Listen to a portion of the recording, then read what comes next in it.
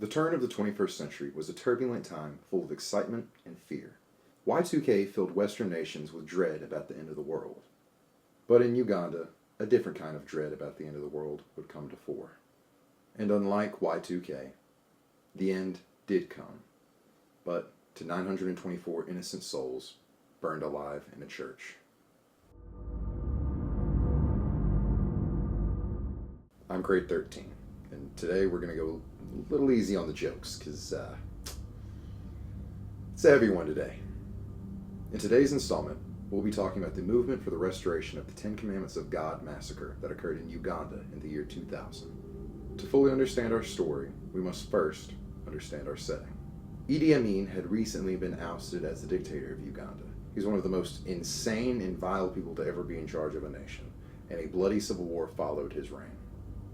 The neighboring nation of Rwanda was gearing up for one of the worst post-1945 genocides the world has seen. And around every corner was AIDS, not just in Uganda, but the entirety of Africa. AIDS was so prevalent in Ugandan society, many thought it was a sign of the end times, especially when many of the Catholic clergymen began to fall ill with the disease. That last detail was the most significant, as 84% of Uganda was Christian, and of that 84%, 37% were Catholic. So when the clergymen began to test HIV positive, they saw it as divine punishment from God. Many Catholic priests would be defrocked or even excommunicated, and when those priests were relinquished of their duties, they soon would flock to a man and a woman by the name of Joseph Kubwertwer and Credonia Mirunde. Joseph was a still practicing Catholic priest, and Credonia was a banana beer brewer and a prostitute. Now, you may be thinking to yourself, a priest and a prostitute may seem like an unlikely duo. But what united this pair was they both had claimed to see prophetic visions of the Virgin Mary. She instructed both of them independently that the end of the world was coming, and a lot sooner than anyone thought. The two met up and discussed their visions of the Virgin Mary. They both came to the same conclusion. The only way to be saved from this apocalypse? One must strictly adhere to the Ten Commandments established in the book of Exodus. Joseph sent Credonia out to spread the news and warn the people of Uganda about the coming apocalypse. The message actually did resonate with many in Uganda, as they saw the current Catholic governing body to be corrupt and ripe with sin. So, a new doctrine focused on strict discipline was the pendulum swinging the other way. However, it swung too far, as we will soon see.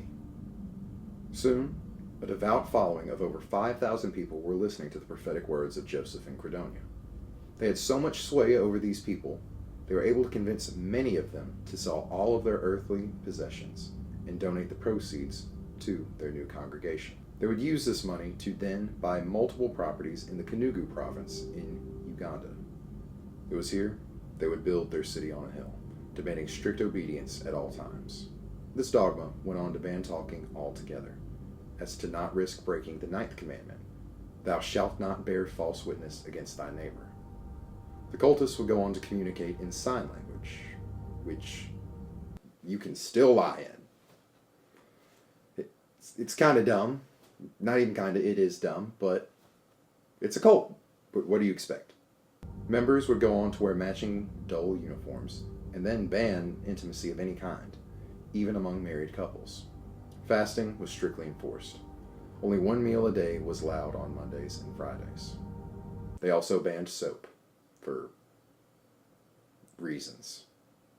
So, that was the reality of the cult. They started a banana plantation and would sell bananas to survive after the leaders had bought all the property with the members' money. And this is how it continued for some years. At least it did until Kubwertwer had another vision of the Virgin Mary, this time instructing him that the end of the world would commence on December 31st, 1999. So, the group made their preparations. And as the new year approached, the group gathered in the church they had built.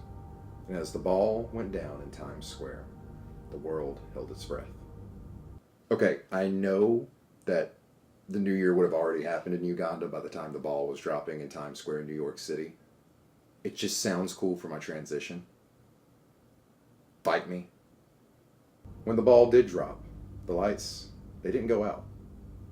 They went up in explosions of excitement and relief.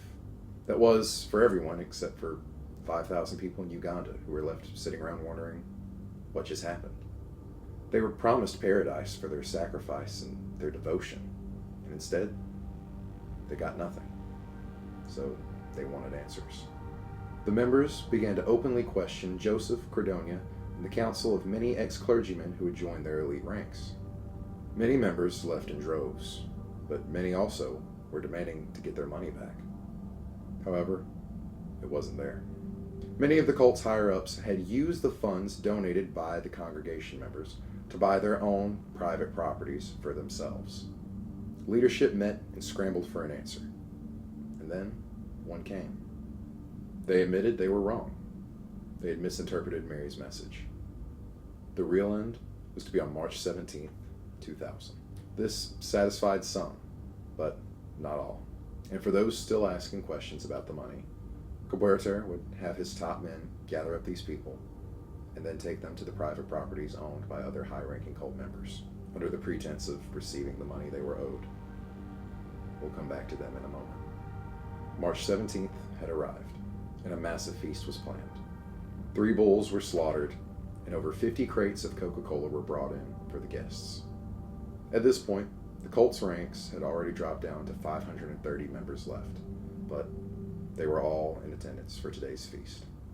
To eat this meal, they all went into the main church that they had built. Upon entering and sitting down to begin their meal, the doors were shut and barred from the outside, and the windows were already nailed and boarded shut. It was then 50 gallons of sulfuric acid was ignited, consuming the church in an explosion of acid and fire. The conflagration quickly spread, sparing no one. All 530 cult members were burned alive, in what would go on to be labeled one of the biggest mass suicides in human history. At least, that was the original thought. When authorities began their investigation, they assumed that Joseph Caberter and Credonia Marunde were among the bodies in the church. That was until authorities went to the properties bought by other high-ranking cult members. It was here they found a mass grave at every single property, with each mass grave having over 100 bodies. These were the missing men and women who had asked for their money back. They had been en masse rounded up, poisoned, strangled, and left in a ditch, thus showing the church fire was likely not a suicide, but a mass murder, and bumping the death count to 924 people, or 6 more than Jonestown. Joseph Caberta and Credonia Marunde and 3 other cult leaders are still believed to be alive and in hiding. In 2014, the Ugandan government issued international arrest warrants for all 5 of these members, and in 2020, there was a spotting of Joseph in Malawi. And so far, as of 2025, some of the biggest mass murderers of the 21st century have gotten away with it. But they can only run for so long. Even if Joseph Caberta is still alive, he would be either 92 or 93 years old, and Credonia would be 73 years old. So even if they evade judgment in this life, the divine judgment that they preached and warned about to so many of their congregation that they eventually murdered is coming for them, and righteously so. Doing the research for this video was a crazy one, just because growing up I was a weird kid. I mean, obviously, look at me, I'm wearing a green balaclava talking to a camera. But something like Jonestown always interested me, because how do you convince nearly 1,000 people to kill themselves for a cult? But to know something like that happened on a bigger scale, and the people that did it got away with it, and that I didn't know about it, is completely wild to me. What happened to these people is an absolute travesty, and to know that they were preyed upon for their faith and paid the ultimate sacrifice for it is terrible. And even though it may not be fun to talk about, it's important that we do, because even if this did happen a complete world away from us, because Jonestown was still, it was Americans that were there, so we felt a personal connection to it. So even if it happens somewhere in Uganda, it doesn't mean we have any less of an obligation to talk about it, because we cannot tolerate evil in this world, because it is real and it hates us. And the first step in expelling evil is by acknowledging it. Anyways, I'm off my soapbox now. So I want to thank you for sticking around even for a sadder one. So I'm going to end it on a positive note. If you don't think anyone loves you, God loves you, so do I.